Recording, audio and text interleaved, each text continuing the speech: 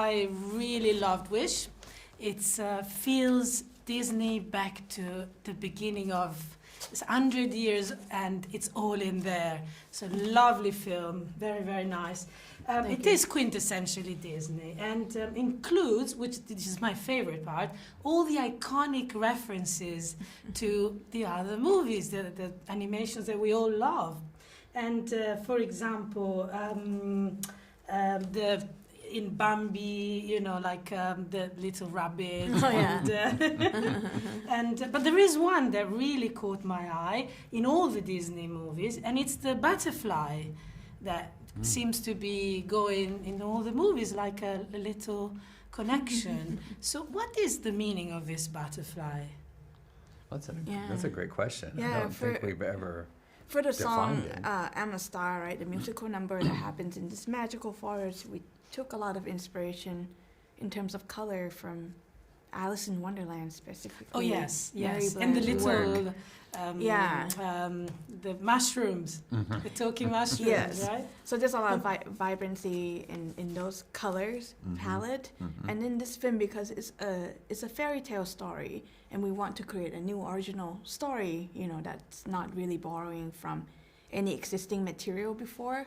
In terms of a deep, dark forest, in fairy tale has this scary feeling, and we challenge ourselves. We think we want to flip that trope.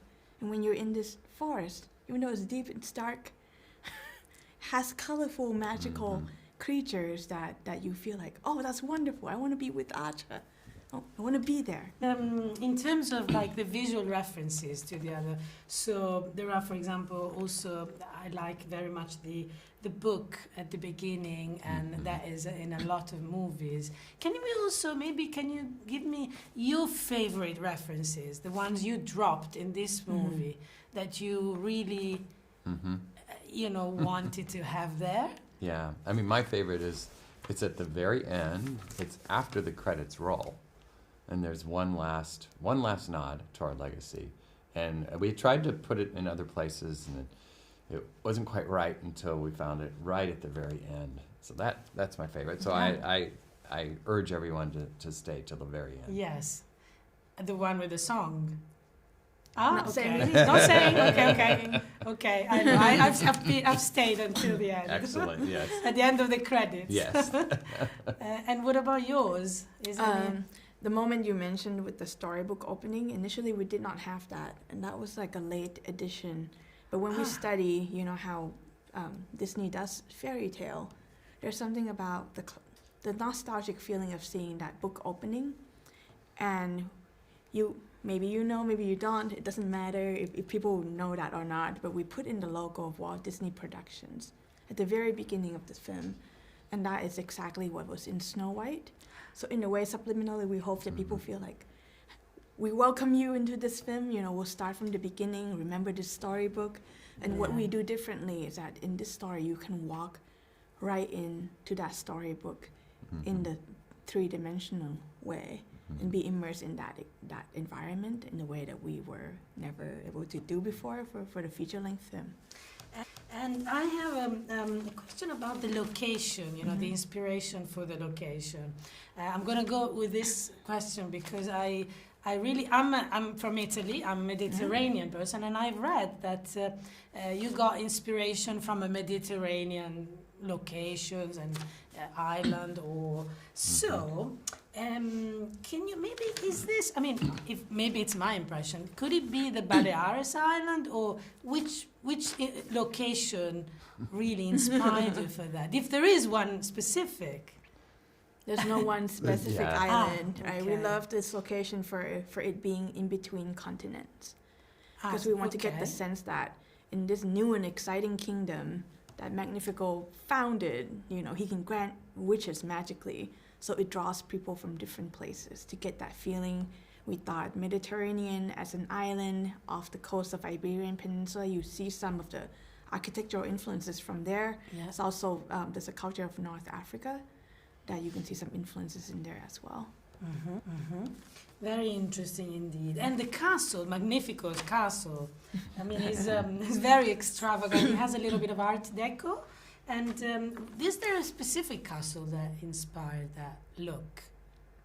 And compared to other Disney castles, obviously, because there are many. I mean, I don't remember one specific one. I mean, I know they just did the research of the architecture, and especially from that time, we had lots of historians helping us with everything from architecture to clothing and that. This is sort of based in the Middle Ages, sort of between the 12th and 13th century, but again, loosely based, or should I say, inspired.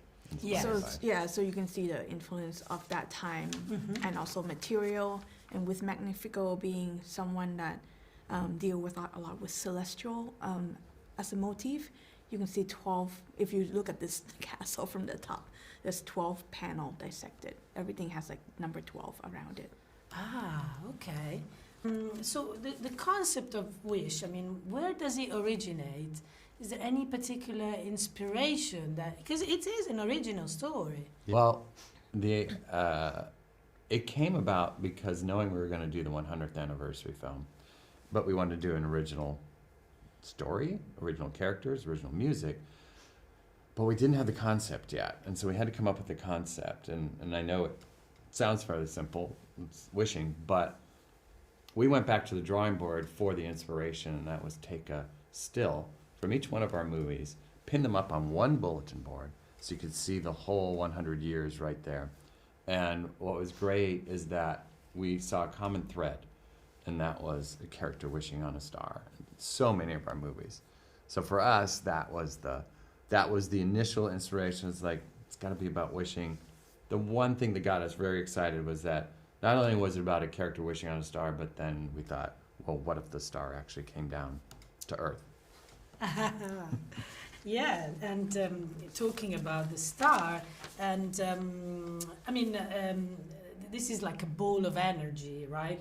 Embodies hope and imagination as well. Mm-hmm. Everything that Disney is always stood up for, right? Yeah. And how did you conceptualize it? Well, you already said a little bit, but also how did you develop it from that little concept? Little, I mean, it's a huge concept, actually. Yeah. Yeah, I mean, it started with it coming down to Earth. Star comes down to Earth, but it started to shapeshift. It had different voices. You know, we were really playing with what the idea could be. But then we simplified it. The story just sort of demanded that Star be a little more understandable. The audience really needed to get Star. It's like you said, this ball of energy, hope, chaos, all of that. And then it became this, just this ball. It was this simple ball. And it took us back to our animation roots. And that's sort of animation 101 is you learn how to animate using a bouncing ball. Squash and stretch. So Star's a bouncing ball. But the other thing that's great about Star, our character designer put this heart-shaped mask around Star's eyes and mouth, which is basically Mickey Mouse. So we've got this mask that has that. No. So they looked at Mickey for a lot of inspiration for the emotions and attitudes and all that. And then one last thing we did to really let the magic of our animators play, and that was to make Star pantomime. So Star does not speak, but the animators do all their brilliant acting and give all that emotion to Star.